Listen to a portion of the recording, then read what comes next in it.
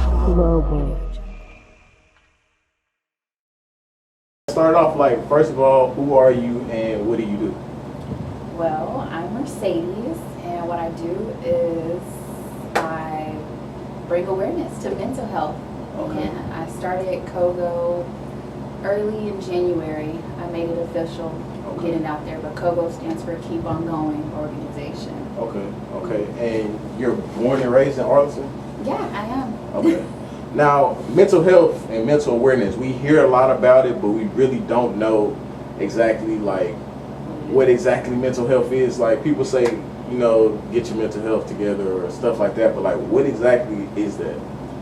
It's different types of mental stigmas, from anxiety, depression, PTSD, bipolar disorders, different things that I feel like people battle every day, just regular people.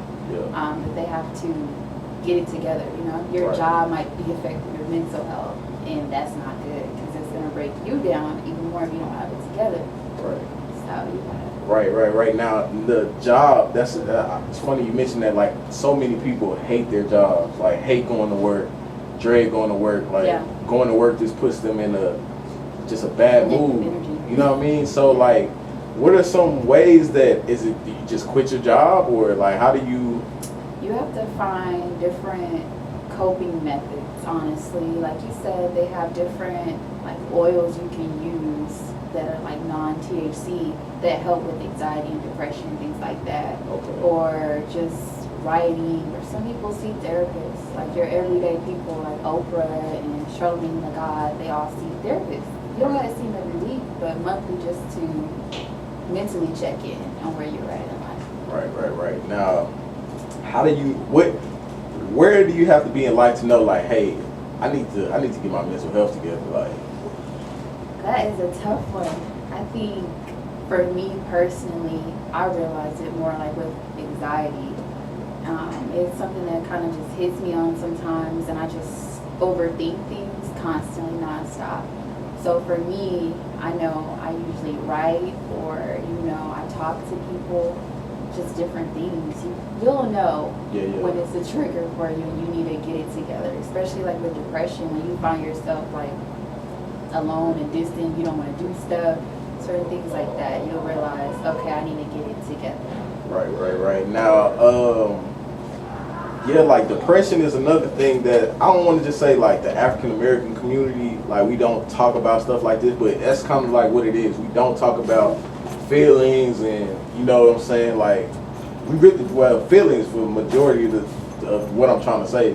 Like I don't know too many people that just be like, man, I'm feeling kind of down today, like I don't, you know what I mean? So like, what can we do? Like, what do you think we should do to raise awareness to stuff like that? Because, saying I don't fuck with anybody, or, what I'm saying, like, staying to myself and stuff like that, maybe that's a sign that it's a problem there. You know what I'm saying? When you can't interact with certain people, or you can't interact with people, period. Like, you know what I mean? Like, is that signs? And would you consider That's where I that? come in at. I feel like, for me, I can't talk to, I have my best friends, we're cool or whatever, but I might not be able to be open with them with certain things.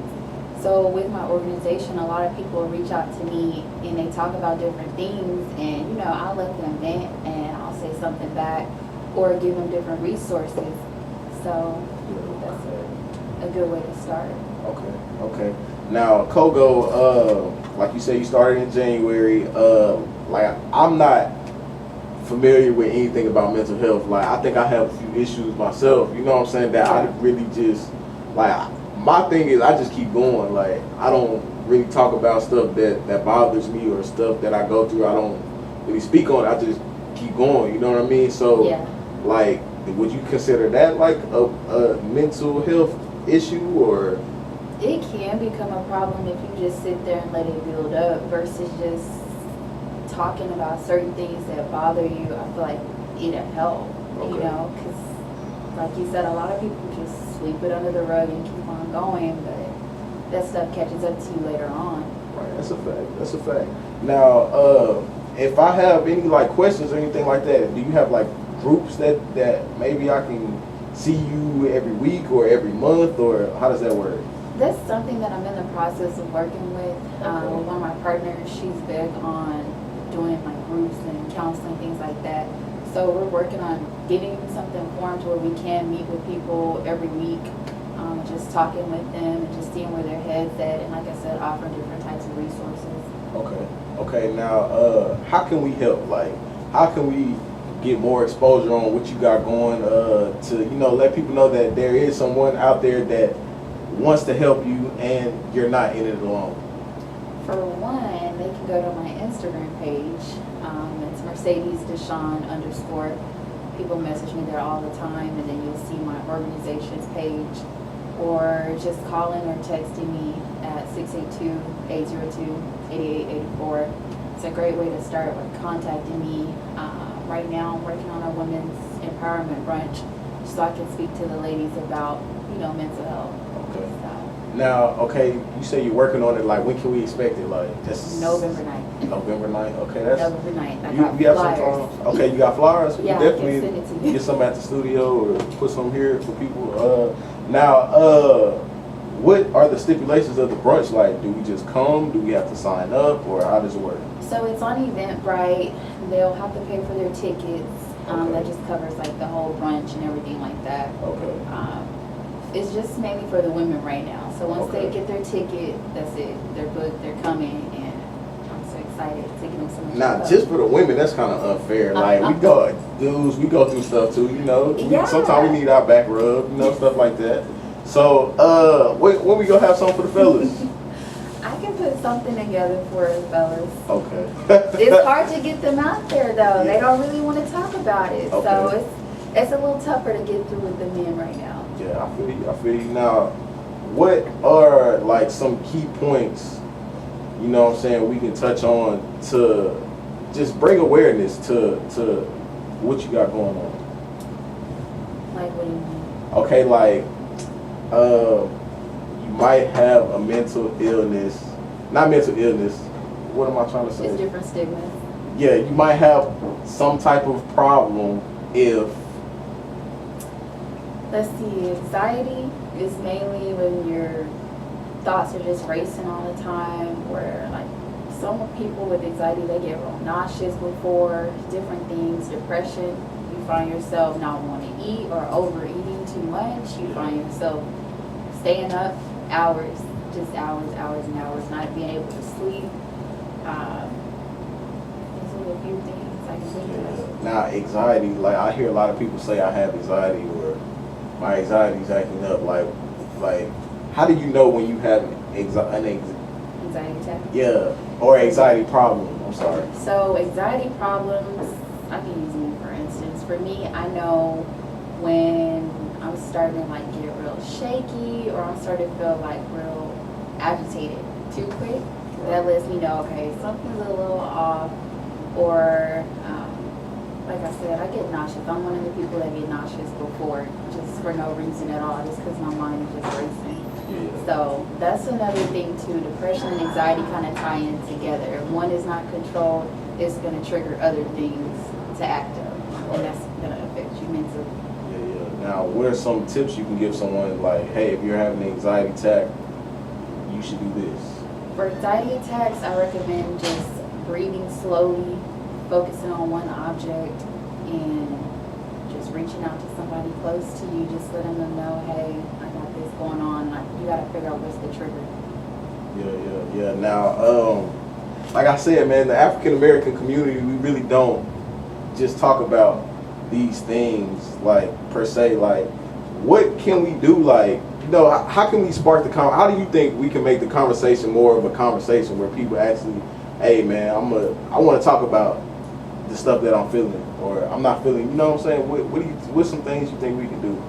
Honestly, just being honest, just like that. Just saying, hey, I'm feeling like this is kind of bothering me, it kind of makes me feel like this. Just, you got to be more vocal about it, because the more you hold it in, it's going to build up. And that's kind of my main focus, is why I want to hit a lot of people that are seniors in high school, because those are the ones that really suffer, and then it builds up from there. So you got to start by talking, just saying how you're feeling, and forget what people think about it. You can't sweep it under the rug. I feel like it's been swept under the rug so much so many different people are now committing suicide. So now while I'm bringing mental health awareness, I'm also doing suicide prevention in the process. Right. Now, have you had any cases like that? Not, you know what I'm saying, speaking too deeply into somebody's personal situation, but have you run across cases like where somebody's kind of like on the edge of some stuff like that? Yeah, when I first started, I didn't even really know what to do when people started following me. I had this one girl, she cutting herself, so I would just kind of check on her each day, like, hey, how are you doing? What's got you like this? You know, just talk to me and just kind of listening to her. Really, most of them, they want to talk because they feel like they're suffering alone and there's nobody that understands them. Really, 90% of the people around you are suffering from something, some type of mental stigma. So it's pretty scary. I've actually had some instances where people have committed suicide. So it's scary, you know, and that makes you want to bring awareness more to prevent that kind of stuff. Because, you know, in the process of bringing awareness, I'm still having to comfort different families that have battled with suicide with a loved one. So it's tough. It's really tough. Yeah, I can't even imagine now. Like I said, I'm more into the music scene and stuff like that. Do you think some of the music kind of influences, keeping it honest, like, you know, you gotta keep it honest. Do you think some of the music kind of influence some certain types of behaviors like drug use and depression in a way as well? That's really what they fall into. Like, they start to get into the drugs or certain music. I feel like it can make you feel some type of way. Certain music, yeah. I do believe that. Okay. Now, do you listen to rap? Yeah, I do. Okay, like who are some of your favorite rap artists? It's crazy. I love Juice WRLD. I love NBA Youngboy. I'm trying to think who else I can think of off the top of my head. Future? I used to like Future, not that much anymore though. Do you think Future has some mental health issues? Do I think he yeah. What's up? I don't know. I think maybe. Why would you say that though? Like, what made you? First of all, what made you stop listening to Future? Let me ask you that. Honestly, his music, it changed. His music changed. It's not the same as what it used to be back in 2009. So it's totally different. Yeah, that's a fact. Okay, now you said you overdosed on Xanax. Okay, first of all, were you prescribed Xanax? No, got him off the street. Okay, now what made you just go run to Xanax? I always would take them when I got the way I got when I was battling depression. And so, like I said, my mind was constantly racing, and I was on like my 5th day, like no sleeping, no eating. And I was like, man, I just need to sleep. I just wanted to sleep. But at the same time, it was kind of like, if I don't wake up, then I don't wake up. Right. So I took about 5 or 6 Xanax, and I went to sleep. And my best friend, she had just got this feeling, sister intuition. Next thing I know, I was in JPS. Man, so like, what was that experience like? Because a lot of people don't make it back, especially in Arlington. You know, it's a lot of people that died off of, you know, overdosing off Xanax and stuff like that. So, like, what was that experience like? Just coming back when I was at JPS was scary. You know, everything, I had been asleep for days. So it was just like, when they told me everything that happened and everyone wanted to be involved, what was going on, what was your mindset? I had to go to like one of these mental health resorts for like 2 weeks right before Thanksgiving. I was so sad and depressed, and you can't see anyone when you're in those kind of facilities. You really got to take that time to yourself and just figure things out. So when they first diagnosed me with being bipolar, I was like, no, I'm not bipolar. That means I got to have different personalities. And they ended up, you know, putting me on the medications and trying different ones out. They actually ended up helping. Yeah. For once out of my lifetime, I could actually just think about one thing, and I don't know, I was real happy afterwards.